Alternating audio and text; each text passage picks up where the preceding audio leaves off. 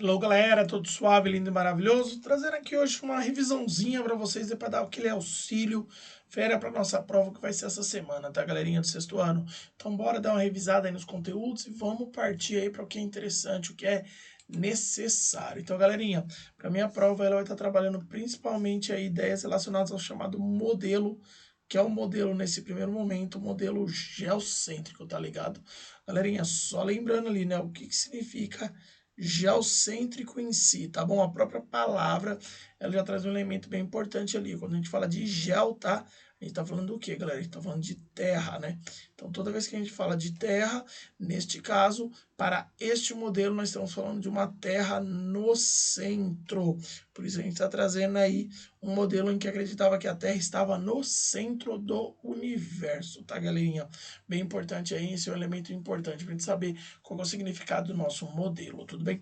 Além disso, tem alguns motivos de o porquê que esse modelo ele durou durante tanto tempo, tá? Um dos motivos ali é a grande necessidade ali de um grande filósofo que apoiava esse modelo, e esse filósofo que eu tô falando para vocês é o cara chamado de Aristóteles, tá, galerinha? Aristóteles é um dos principais aí, filósofos que apoiavam esse modelo, e por esse motivo, tá bom? Você manteve esse modelo por tanto tempo, tá bom? Além de você ter ali a influência de Aristóteles, a gente tem que lembrar ali o caso das observações, né, gente? Então, acontece, em si, a gente percebia que a gente tinha algumas observações ali que iriam apoiar o modelo, que é o modelo geocêntrico, né? Exemplo clássico aí de observação, né? A gente acaba vendo o Sol nascer de um lado e se pôr do outro, tudo bem? Isso dá a ilusão que tudo gira em torno da Terra, tá, gente? Além disso, tá bom? Temos que levar em consideração ali o apoio da Igreja Católica, esse modelo que levou, sim, o modelo de ser mais socialmente aceito, tá bom? Então tem o apoio ali da Igreja, que é a Igreja Católica durante este processo, tá bom, galerinha? Esse é o modelo que nós chamamos de modelo geocêntrico, tá?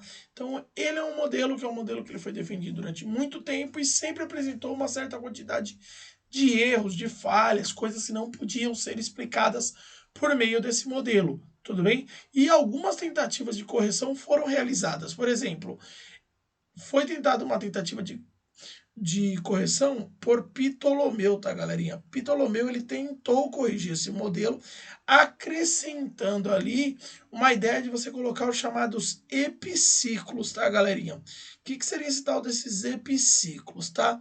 Ele colocaria ali alguns movimentos junto que o planeta realizaria, tá bom?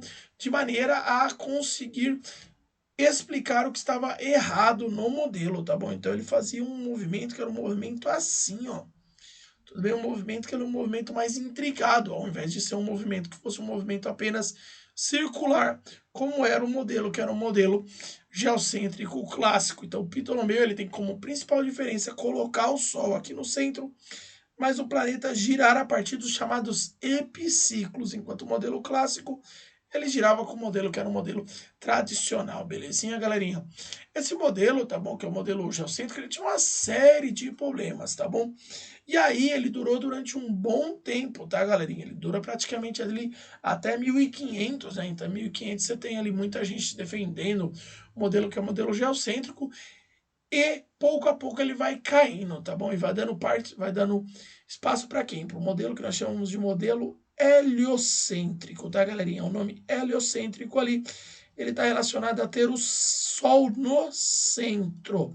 Então, nós temos um modelo que é um modelo diferente, chamado de modelo heliocêntrico. Esse modelo, tá, galerinha, que mantinha o Sol no centro, ele é um modelo que ele era conhecido desde lá da Grécia Antiga, tá bom?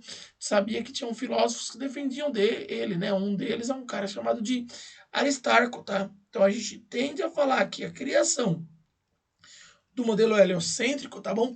Tá na mão de Aristarco, tá bom? Isso aí é um erro comum, a galera às vezes achar que o responsável ali pela criação do modelo heliocêntrico tenha sido Copérnico, mas não. O que o Copérnico faz, tá, galera, lá na Idade Média, é pegar o modelo do Aristarco, efetuar ele, colocando ele num livro e publicando, tá bom? Então, esse é o serviço que é o serviço realizado por Copérnico, tá, galera? Copérnico, que era um monge copista, tá bom? Responsável ali por fazer as cópias das Bíblias, entre outros livros, para poder passar para as pessoas. A gente está falando de uma época em que não tem ainda a imprensa de Gutenberg, tá, galerinha? Então você tem ali Copérnico, que ele faz o quê? Ele estuda os escritos de Aristarco, ele escreve sobre essas ideias de Aristarco e publica o livro, tudo bem? Essa publicação do livro fez e levou a gente a uma coisa que a gente chama de Revolução Copernicana, tá, galerinha? O que é essa tal dessa Revolução Copernicana? É justamente o Copérnico ter trazido para a Europa as ideias que eram as ideias estavam lá na Grécia Antiga de Aristarco, tá bom? Copérnico ele publica o livro, ele não consegue ali em si mudar o modelo totalmente, mas esse livro ali ele é o passo inicial, tá, galera? Por quê? Porque depois de Copérnico, este livro ele é enviado para um matemático e físico italiano estudioso ali, que é um cara chamado de Galileu Galilei. Galerinha, Galileu Galilei é extremamente importante para nós, tá bom? Quem foi Galileu Galilei? Galera, Galileu, ele foi um físico e matemático ali da Itália que leu o livro de Copérnico e resolveu testar ali os seus elementos, tá bom? As coisas que o livro de Copérnico dizia.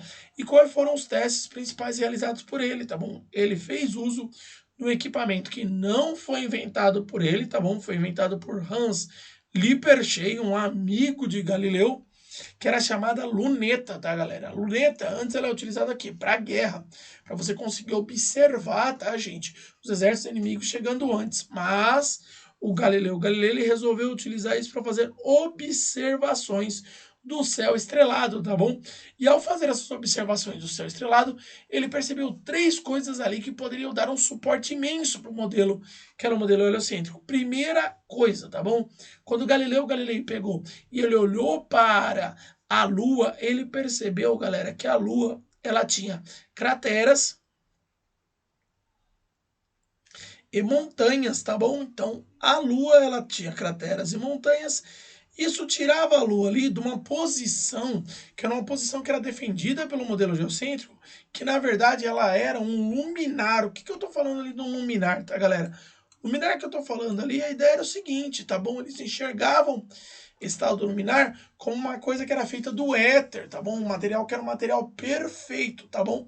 E aí, quando o Galileu ele vê que a Lua ela tem crateras e montanhas, ele pega e ele olha e fala assim, ó, a Lua não é muito diferente do que é a Terra, o que já destrona a Terra do seu poder, do seu espaço, que é o espaço central, tá bom? Além disso, tá? Galileu ele vai e observa Júpiter. E aí o que ele vê em Júpiter é mais assustador ainda para a época. Que ele vê o quê? Ele vê que Júpiter, tá, gente? Tem ali luas, ou seja, corpos celestes que giram ao redor de Júpiter. São chamadas luas de Galileu, observadas pela primeira vez por ele, tá bom? E aí o que acontece? Isso já destrona ali praticamente esse modelo, que é o modelo geocêntrico, porque essas luas giravam em torno de Júpiter, e o modelo geocêntrico diz que tudo gira em torno da Terra, ou seja, já está errado. E o que fecha a nossa ideia ali, né, a última observação extremamente importante é o quê? É ele ter olhado para Vênus e ver que o planeta Vênus passa também por fases. Fases assim como a Lua, tá bom? Minguante, cheia, crescente, nova, ele passa também por fases. Logo, por consequência, ele era iluminado por outro corpo, um corpo central, que nesse caso é o Sol, belezinha, galera? Então a gente está trazendo aqui lindamente ali as contribuições de Galileu, tá bom? Galileu, tá, galera? Ele contribuiu dessa maneira, mas infelizmente ele não teve uma boa aceitação da galera na época, tá bom? Então, ao citar isso para o Papa, que era o Papa Urbano, tudo bem, Urbano foi um Papa que, na época, ouviu ali e fez todo o processo contra Galileu, deu algumas opções a Galileu, e a única opção que ele deu para ele era negar tudo aquilo que ele vinha ensinando até o momento, o que ele vinha falando, tudo bem, e não sofrer ali as ações, que eram as ações da Inquisição via Igreja Católica, tá bom? E aí o que acontece? Papa Urbano, Após Galileu negar ter dito tudo o que dizia, tá bom? O Papa Urbano condenou Galileu à prisão, que é a prisão domiciliar até o fim de sua vida, tá, galerinha? Até o fim de sua vida, Galileu ficou lá em prisão domiciliar, tá bom? Galerinha, ali depois de Galileu, ou seja, após ele fazer essas observações, ficou muito difícil de manter esse modelo funcionando, tá bom? Então, o modelo que é o modelo geocêntrico, ele perde muita força. Então, daqui para frente, você já tem uma aceitação ali bem maior do modelo que nós chamamos de modelo heliocêntrico. É nessa situação que eu tenho uma aceitação bem maior que vem o nosso próximo filósofo aí, o senhor Johannes Kepler. Galerinha, Kepler foi responsável pelo quê?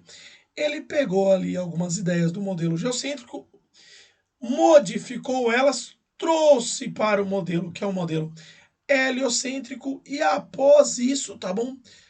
Nós tivemos ali a criação das chamadas três leis de Kepler. Então, Kepler faz o quê, galera? Kepler é responsável por utilizar ideias, são ideias já vigoradas do modelo heliocêntrico, e criar três leis para poder explicar o movimento, que é o movimento planetário, tudo bem? Galerinha, essas leis são de extrema importância, e aí eu trago a vocês já a nossa primeira lei, tá bom? Primeira lei de Kepler, galera, é conhecida como lei das órbitas. Ele fala para nós que o planeta ele dá voltas em torno do Sol, tudo bem? Mantendo uma órbita que é uma órbita que tem um formato específico, tá, galerinha? O modelo de órbita aqui é um modelo que nós chamamos de órbita elíptica, tá, galera? Então, a órbita eram as órbitas de elipse, tá bom? Então, essas elipses, que são o quê, né, galera? São círculos um pouquinho mais esticados, mais alongados, muitas vezes lembrando ali uma coisa que seria ali oval, tá bom? As elipses de Kepler explicam ali o movimento, que é o movimento planetário. Então, isso aqui seria ali, ó, algo próximo da elipse. E você teria o quê? No centro, você teria o Sol, o centro não, perdão, nos focos, você poderia ter o Sol, e aqui você tinha o planeta dando voltas em torno do Sol, tá, galerinha? Essa é a nossa primeira lei, a lei das elipses. A segunda lei, também tão importante quanto, ela fala sobre o quê? A segunda lei, ela vai trazer para a gente, tá, galera? Ideias relacionadas ali ao chamado dois pontos, que são os pontos principais ali que nós temos que ter. Primeiro deles, o afélio. Galerinha, o afélio a gente pode considerar ali como o ponto mais afastado do Sol. Galerinha, ponto mais afastado do Sol é o que nós chamamos de afélio. E, gente, no afélio, a velocidade do planeta é bem lenta, então a velocidade ela diminui, ou seja, ele vai continuar girando, mas ele passa a girar ali em torno do Sol numa velocidade que é uma velocidade menor.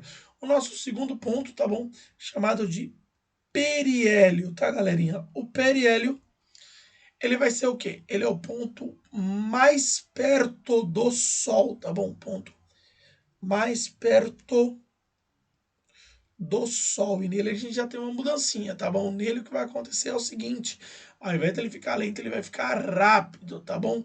Então, no periélio, a velocidade aumenta. Velocidade aumenta, tá, galera? A velocidade ela vai aumentar. A velocidade aumenta ali lindamente, é o chamado periélio. Definimos ali a segunda lei de Kepler, extremamente importante. E agora podemos falar da chamada terceira lei, tá, galera? Terceira lei de Kepler. Galerinha, terceira lei linda e maravilhosa. Ela é chamada de lei dos períodos, tá bom?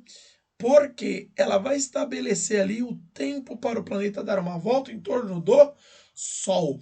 A nossa regra aqui, bem básica, é quanto maior a distância do planeta ao Sol, maior será o tempo para ele dar uma volta, tá bom?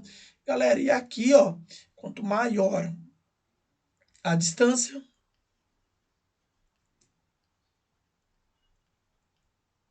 maior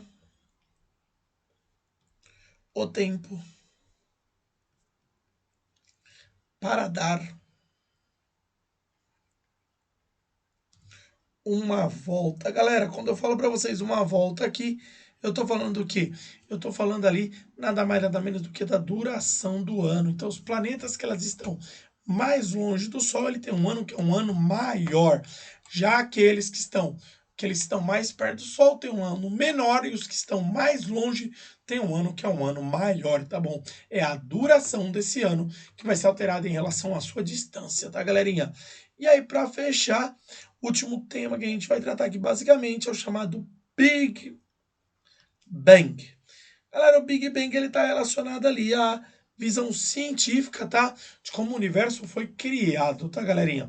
E aí o Big Bang ele é nada mais nada menos do que uma grande explosão ocorrida no começo do universo, tá bom?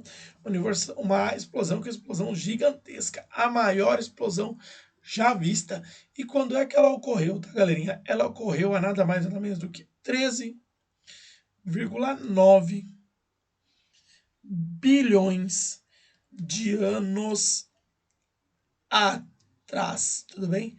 Esse aqui é o chamado Big Bang, essa grande explosão que ela ocorreu há anos atrás. Então, se nós formos analisar aí em termos, né, a gente está aqui numa época que é uma época que nós praticamente estamos muito longe do Big Bang. O Big Bang ocorreu há muito tempo atrás. Então, boa parte da história do universo é feita sem a presença humana. Só nessa última partezinha aqui que o ser humano ele aparece. Belezinha, galerinha?